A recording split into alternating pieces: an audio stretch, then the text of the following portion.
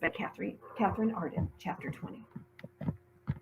Ollie hurried to the window, heart thudding. The house was surrounded. The scarecrow's blind eyes stared up.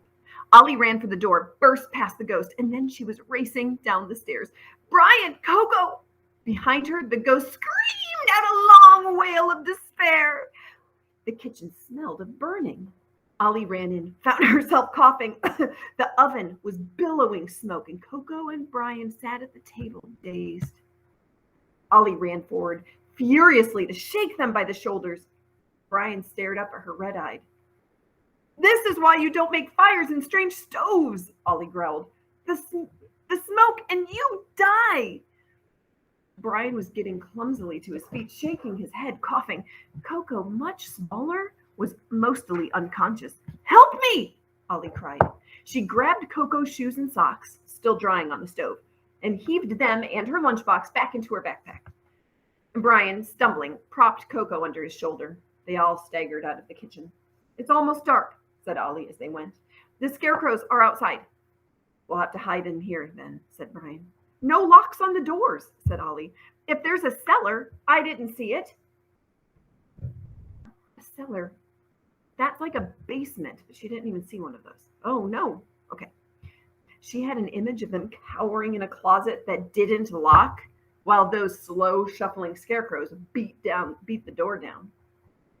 Coco whimpered but didn't wake. "The barn!" Ollie cried. "It probably has a hayloft. We could pull up the ladder." "Are you sure?" Brian asked. "No," said Ollie, "but I think it's better than here. Our best chance." She looked at her watch. 3 minutes.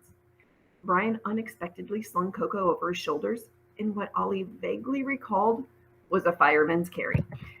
"The Boy Scouts are no joke, are they?" she asked. Brian grinned crookedly, and then they ran for the front door.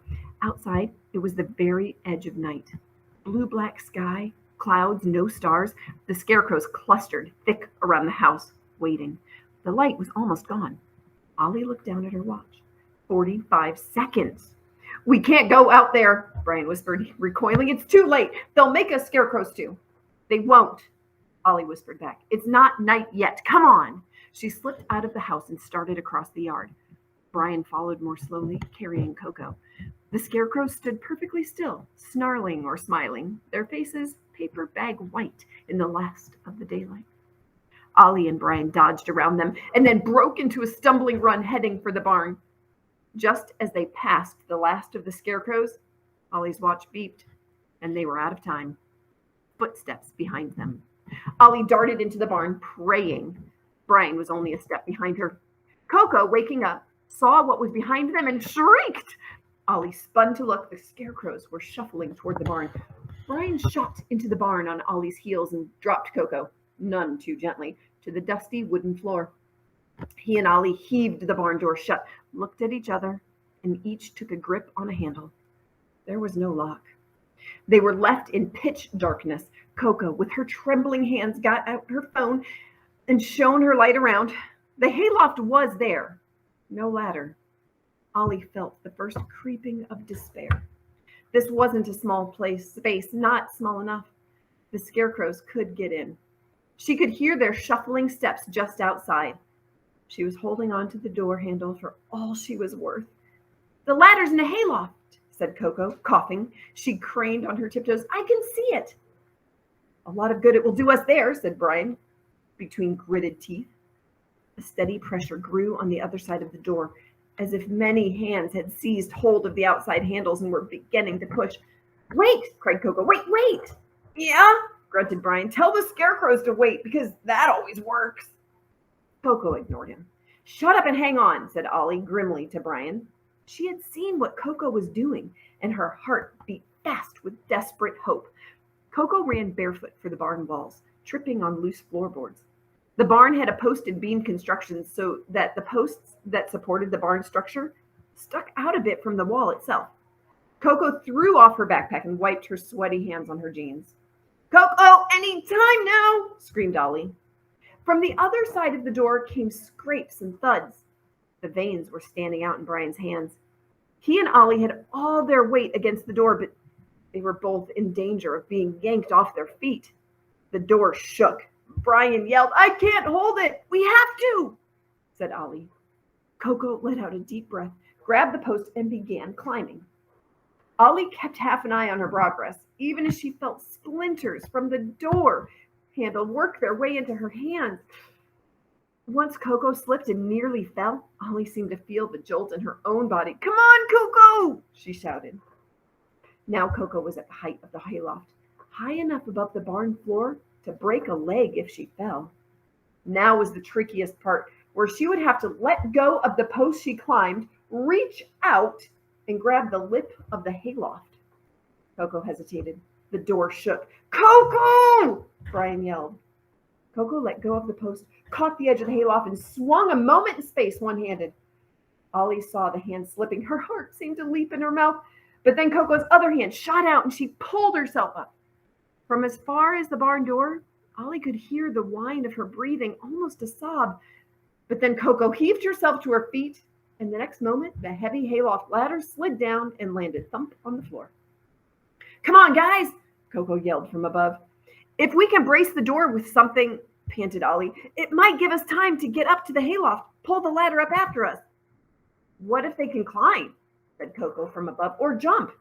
She was still breathing hard. "They can't," said Ollie, hoping that she was right. "They have garden tools for hands." "There!" cried Coco. She was shining her phone light around the barn floor. It lit up a pile of rusty shovels. Brian and Ollie looked at each other. "Can you hold the doors?" Ollie asked him. "For about 5 seconds," Brian grunted. He took a new grip on the door and gritted his teeth. "Now!" cried Ollie. She let go of the handle, ran to the pile of tools, and grabbed a shovel. Brian's arms were trembling. The door had already begun to give. "Ollie!" he screamed, just as she sprinted back and jammed the old wooden shovel handle sideways between the door handles. Brian let go. It shook but held. "Will it last?" asked Brian, panting. "Probably not," said Ollie grimly, "but it might last long enough." It was witch-soul dark in the barn, except for the stabbing beam of Coco's phone light. "Come on," Coco cried. She pointed her phone at the ladder. The shovel handle was already splintering. "Go on, Ollie," said Brian, shoving her toward the ladder. When she hung back, he said, "Go on," the ghost of a smile. "Chivalry, remember?"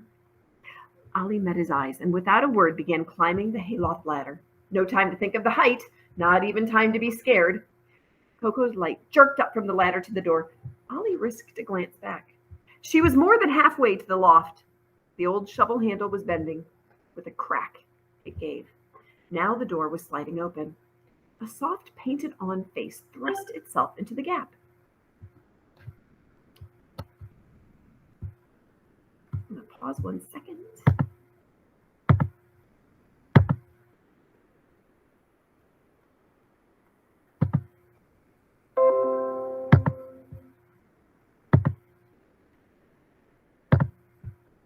A soft painted-on face thrust itself into the gap.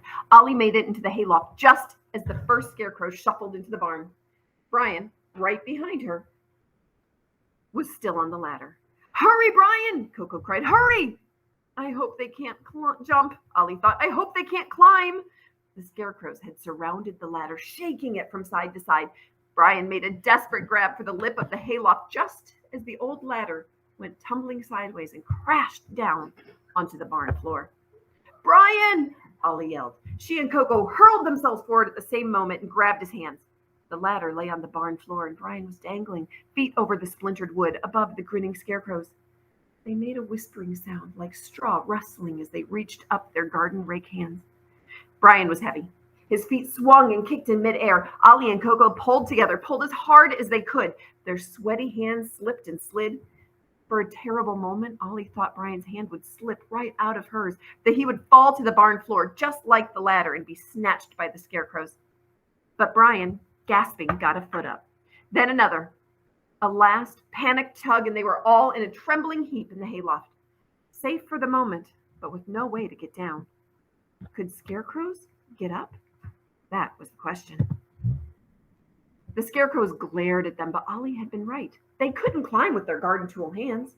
One of them tried to pick up the ladder, but Brian and Ollie and Coco kicked it off when they tried to lean the ladder against the hayloft.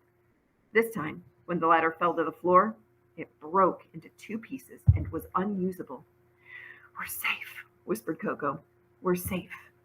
Her phone light flickered over the scarecrow faces. "Maybe safe," whispered Ollie. For more and more scarecrows were pouring into the barn. Among them were several they recognized. There was Denise Carter, and then Elodie Finnegan, Jim Johnson. Their hands were garden tools, all of them button-eyed with lips of string. Ollie swallowed. "Let's see if they can talk," she said. "Maybe they can tell us something useful." "How can they talk?" Coco asked. "Don't know. How can they walk?" "Hey," Ollie shouted before she could lose her nerve. "Hey, can you talk?" A sound from the scarecrows, like the rattling of straw. Then Phil's face looked up at them. Brian let out a pained breath. Oh, a hole in Phil's straw mouth opened. A voice spoke like the wind in the wheat in summer. "Come down," breathed Phil. "Come down and join us. It's nice. You'll like it. You live forever and you'll never be sad again." Phil the idiot, Ollie had always thought. The guy who stuck girls' hair in the seat onto the backs of their seats with gum. But Brian was staring at his friend, his face blank with horror. She reached out to take Brian's hand. On the other side, she saw Coco doing the same thing. "Ask him," whispered Ollie. "Ask him if he remembers anything." Brian licked his lips. "Hey, Phil?" Gone was the hockey swagger, his voice a cracked whisper, not much better than the sound of a scarecrow.